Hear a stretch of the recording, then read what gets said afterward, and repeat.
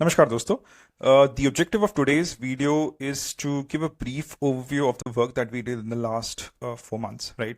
तो करीबन पिछले 4 महीनों में हमने 64 कंपनीज के एनालिसिस किए, इन डेप्थ फंडामेंटल एनालिसिस किए.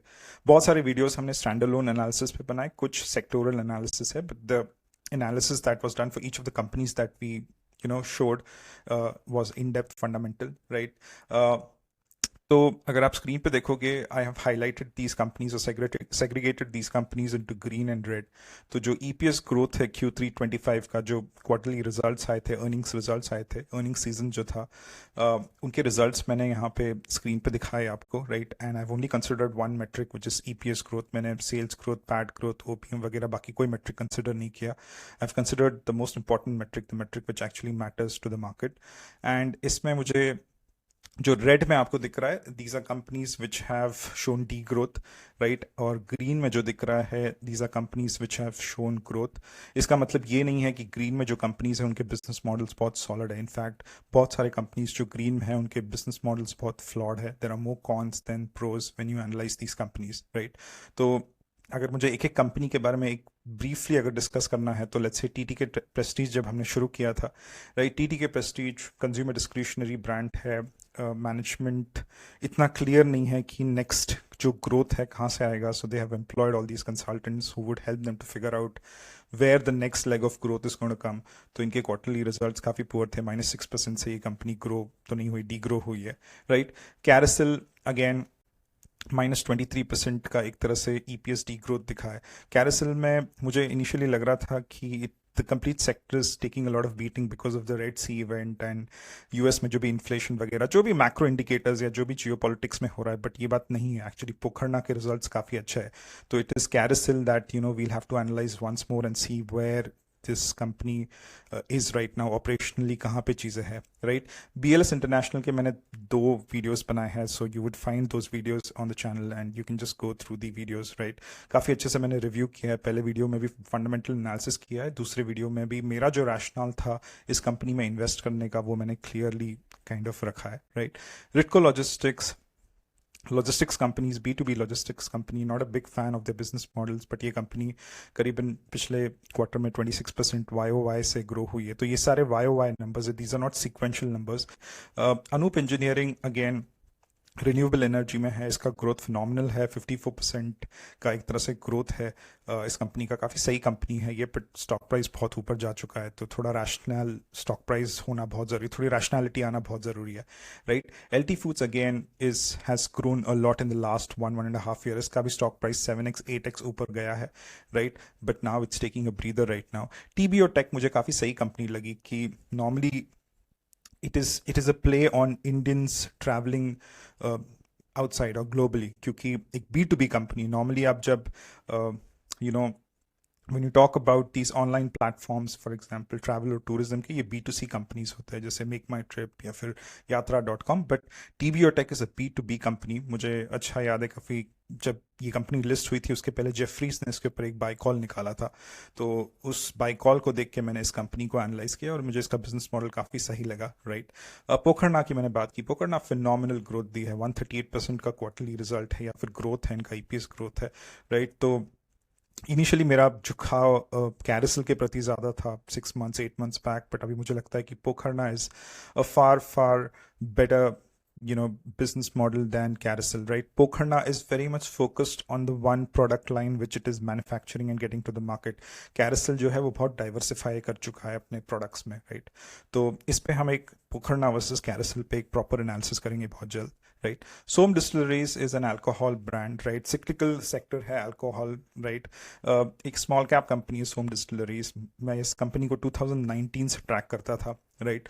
और मैंने ये बात उस वीडियो में भी कही है जब फंडामेंटल एनालिसिस का वीडियो मैंने सोम डिस्टिलरीज का बनाया था. तो 2019 में मुझे कुछ ज़्यादा आइडिया नहीं था कि किस तरह फंडामेंटल एनालिसिस करते. तो मैं ये कमेंट्री सुनता था CNBC पे, NDTV प्रॉफिट पे, और उस पर जो कमेंटेटर्स आते थे और वो कहते थे कि there are couple of things which are very important in a company that we need to watch out, and one of the most important things is the integrity in management. Management में बहुत ज़्यादा integrity होनी चाहिए, right?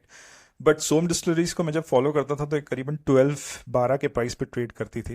And इसके management में बहुत सारी हरकतें की है, जैसे आईटी रेड्स वगैरह हुए हैं, कुछ चाइल्ड लेबर का केस वगैरह चल रहा है, तो मुझे लगता था कि यार ये इंटीग्रिटी शायद यहाँ पे मैं अटैच नहीं कर सकता हूँ इस मैनेजमेंट के साथ, तो मैंने इस कंपनी को कभी बाय नहीं किया, भले मैं उसको बहुत क्लोजली ट्रैक करता था। और वो कंपनी 12 से जाके 130 तक उसका प्राइस गया, मतलब स्टॉक प्राइस 12 से शुरू होकर 130 तक गया, और मैं बस वहाँ पे एक तरह से कंपनी को ट्रैक ही करता रहा। I could never invest in this company because I thought that जो भी मैनेजमेंट वगैरह all those things are important. And this is where I got the biggest learning कि एक्चुअली मैटर जो करता है वो है आपका अर्निंग्स ग्रोथ मैटर करता है। बाद में फिर अगर मैनेजमेंट संत है, राक्षस है, कोई फर्क नहीं पड़ता। अर्निंग्स ग्रोथ बहुत मैटर करता है, स्पेशली एक बुल मार्केट में अर्निंग्स ग्रोथ अगर अच्छा देती है कंपनी तो उसका स्टॉक प्राइस बहुत तेजी से ऊपर जाएगा। एक बेयर मार्केट में तो इतना तेजी से शायद नहीं आ जाए, बट अगर अर्निंग्स ग्रोथ आते हैं तो कंपनी का स्टॉक प्राइस में अप्रिसिएशन होगा ही होगा। तो इस company, this is a company which I never invested but I always tracked. Even now I am not invested in this company, right. हिम्मत सिंगा -45% का इसका एक तरह से ईपीएस डी ग्रोथ हुआ है, right. This is a play on Indian textiles and Indian exports to global exports to textiles. Himatsingka and pearl global, ये मैंने टेक्सटाइल सेक्टर्स ये दो कंपनी एनालाइज किए थे। Himatsingka did not give a decent EPS growth, but I think Pearl Global काफ़ी एक सही company लगी, 49% का ईपीएस ग्रोथ दिया। इस कंपनी में मैंने 2 वीडियोस बनाए हैं, right. Even the recently 1 videos were in I explain the complete business model. Kindly do watch the video whenever you get time, right. CMS info 3% EPS growth, काफ़ी promising company लगती है, but I promise तो है इस company में actually. ये company एक तरह से थोड़ा आइडेंटिटी क्राइसिस में है कि इसको पता नहीं कि ये लॉजिस्टिक्स कंपनी, इसको तो पता होगा बट इन्वेस्टर को पता नहीं है कि ये लॉजिस्टिक्स, मार्केट को पता नहीं है कि ये लॉजिस्टिक्स कंपनी है या फिर टेक कंपनी है। तो मुझे लगता है इसके बहुत वैल्यूएशंस जो है वो एक लॉजिस्टिक्स कंपनी के वैल्यूएशंस है, बट ये एक्चुअली एक टेक कंपनी है और इसको वैल्यूएशंस जो मिलने चाहिए वो एक टेक कंपनी के वैल्यूएशंस मिलने चाहिए। तो this is a good company. I really like CMS info and what they are doing, and इनका मैनेजमेंट बहुत सॉलिड स्ट्रॉन्ग मैनेजमेंट है। इनका सीईओ जो है वो एक स्टड बंदा है, तो I always like listening to the CEO of this company, right. Vasa Denticity 57% का अप्रिसिएशन हुआ है, ईपीएस ग्रोथ हुआ है इसका।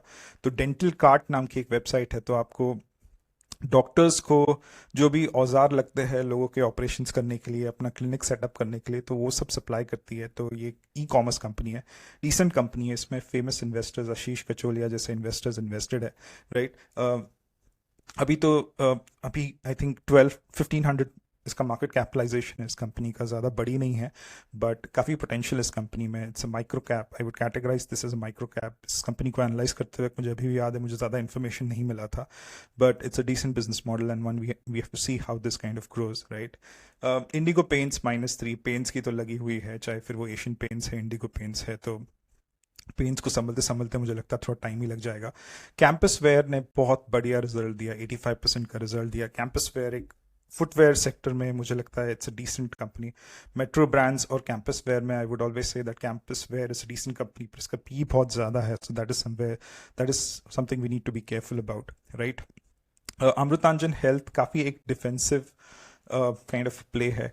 10% से इसका ईपीएस ग्रोथ हुआ है। तो अमृतांजन बाम जो लगाते थे बहुत वक्त पहले, अभी भी लगाते होंगे लोग, बट मैं नहीं यूज़ करता हूँ इतना अमृतांजन बाम, बट पहले definitely there used to be a lot of bottles of Amrutanjan in my house. So Amrutanjan is a very defensive play, काफ़ी पुरानी कंपनी है, 100 साल पुरानी कंपनी है, काफ़ी एक बहुत स्टेबल तरीके से ग्रो करने वाली कंपनी है, राइट। तो भले इसका नाम अमृतांजन हेल्थ है, but whatever products that it builds, it is border line health FMCG, right. तो this company has given an EPS growth of 10%। Genesis International -17%, so इसमें नेगेटिव ग्रोथ आया है। ऑफिस स्पेस सोल्यूशंस का मुझे EPS growth नहीं मिला, इसका PAT growth काफ़ी सॉलिड है, तो मुझे ईपीएस ग्रोथ नहीं मिला, तो मैंने यहाँ पे मेंशन नहीं किया।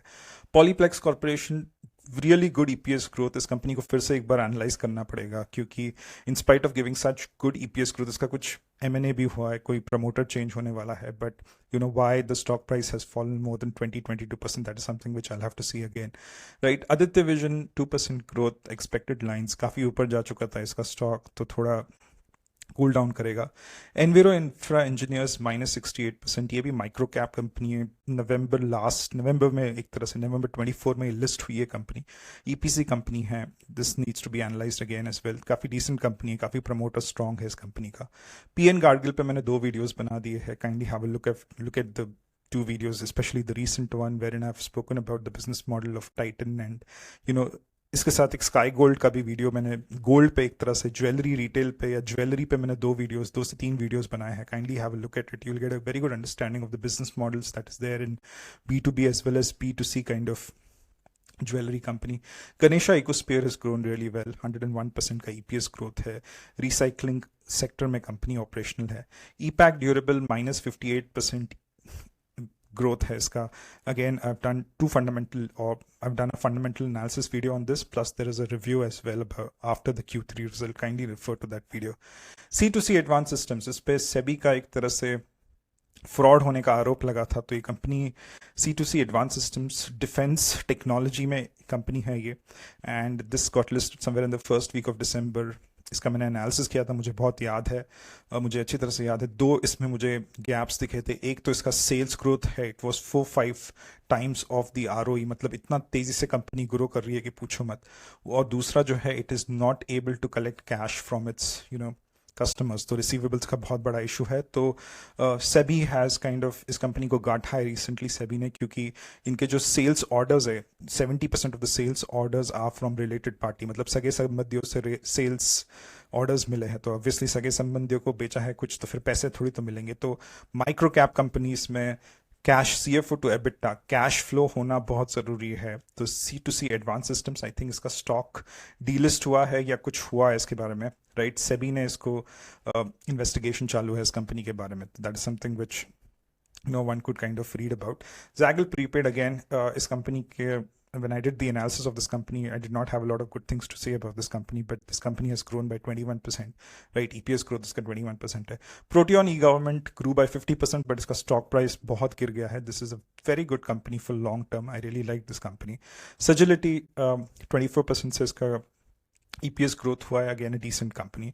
नारायण हृदयालय, इन 64 कंपनीज में सिर्फ एक कंपनी है जिसका स्टॉक प्राइस एक अप ट्रेंड में है, बाकी सारे कंपनीज का जो स्टॉक प्राइस है वो डाउन ट्रेंड में है। तो नारायणा एक कंपनी है 64 कंपनीज में जिसका स्टॉक प्राइस जो है वो अप ट्रेंड में है। Rest all 63 countries have a stock, countries बोल रहा हूँ, companies have a stock price in down trend, right? Crystal integrated facilities management का बिजनेस मॉडल है, B2B बिजनेस मॉडल है, इतना ज़्यादा स्केलेबल नहीं लगता है, बट बहुत सारी कंपनीज है जो इसको स्केल कर पा रही है। But this company had an EPS growth of -4%। इस कंपनी का भी एक EPS की वजह से EPS the kind of equity dilution that this company does, इसका पैड ग्रोथ बहुत अच्छा है, बट इसका EPS ग्रोथ -4 में है। रिस्पॉन्सिव इंडस्ट्रीज एक बहुत underrated hidden kind of stock था, एक कंपनी थी जिसको मैंने एनालाइज किया, मुझे काफ़ी बढ़िया लगी, but the EPS over here has grown by only 5%. Allied blenders and distillers, the growth has been phenomenal over here, but the business model, when I read about this company, when I fundamentally analyzed this company, I did not find the business model to be very strong. Kindly do refer the video of this company. You will get a lot of understanding about, how, where you could find gaps in, especially not specifically to alcohol or beverages sector, but generally in business models as well. Trent, decent company, 33% है। Tata brand है, 33% से grow हो रहा है।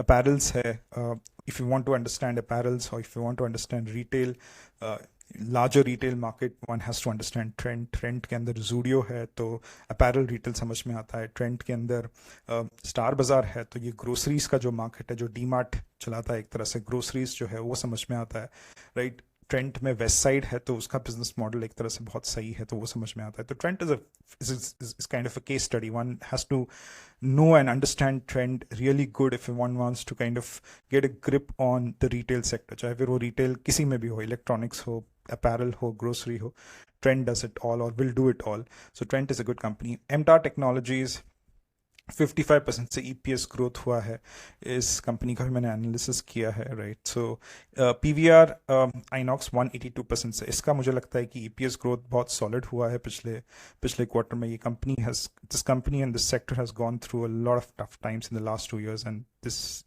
then this is really working right now, I hope, right?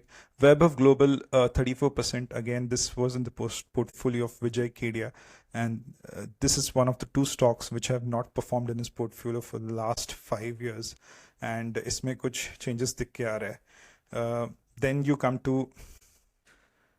I'll come to the stationery sector. तो इसमें clear cut winner Domes Industries है. मुझे Domes is a clear cut winner in the stationery sector. इसमें मैंने एक sectoral analysis किया है, Domes versus Camden versus Flair versus Navneet Education. Domes मुझे उसमें काफ़ी एक सही लगी कंपनी. विष्णु प्रकाश पुंगलिया EPC कंपनी है, -78%. एक तरह से EPS degrowth हुआ है उसका. There were certain gaps that we found in the analysis of this company. MediAssist is 41% EPS growth, decent company, new age sector है. थोड़ा इसको fundamentally एक और बार analyze करना पड़ेगा और भी समझना पड़ेगा इंश्योरेंस के बारे में, B2B या फिर corporate insurance के बारे में. एक तरह से एक important player है ये, right? Tips Industries and Saregama, these have been consistent compounders for the last couple of years, so these companies will grow at their own pace, right? Then there was a kind of a comparative analysis done on the dairy sector. So the Dodla Dairy versus Hudson Agro versus Parag and Heritage Foods. So Dodla Dairy was a clear-cut winner over there from a lot of perspective, from a lot of angles, right? This company is a fairly decent company in the dairy sector. That is what the analysis told us. VIP Industries versus Safari किया था. ये भी एक sectoral kind of comparative analysis tha, right? Artemis, KMC, Kovai and Indraprasthi. These are phenomenal small hospitals which are growing at really fast pace. 20-25% का growth है in 3-4 hospitals का. Again a very good sector, a great sector. Small hospitals जो है, they're really growing a lot, right? Voltas versus Blue Star. I think it was very clear when I did that analysis that Voltas, though optically perceptively एक बहुत अच्छा stock दिखता है, अच्छी company दिखती है, but जब आप when you go beyond the kind of, you know, the brand building that Voltas has done and you look at numbers, then, you know, picture थोड़ा अलग लगता है, right? Kajaria Ceramics is EPS degrowth of 25% happened over here. Balu Forge पे मैंने किया. Balu Forge is a good company. I think I found forging की company है ये, right? Shafts बनाती है, 119% EPS growth से grow कर रही है. Angel One 1% growth. I think the best in the sector is behind us, right? Broking या फिर brokerages में the best is behind us. Metro Brands -3%. So there is always a competition in my mind at least कि Metro Brands और Active में से कौन सा बेहतर है. हर वक्त मुझे लगता है कि Metro Brands is a better kind of company, but campus active wear के numbers काफ़ी अच्छे होते हैं, right? NetWeb Technologies का मैंने बहुत recently एक video channel पे डाला है. 16% का EPS growth है. Please have a look at this video. And Sky Gold gave an EPS growth of around 266%, right? So in these 64 companies, what is missing is banks and NBFCs, but in the future videos in the next couple of months, we will aggressively take up banks and NBFCs. I think NBFCs बहुत undervalued है और बहुत सारे opportunities है. NBFCs और small banks में तो उनको सही तरीके से analyze करना है. Industrials के भी एक तरह से stocks लेके उनको analyze करेंगे. Tata Steel, JSW, Ultratech, ये जो भी बड़े जो भी cement, steel manufacturer industrials है उनको भी analyze करना है. So that is something which we are going to do in the next couple of months. So this was a brief about what we did in the last 4 months, 64 companies that we analyzed, and we'll analyze more companies as we go ahead.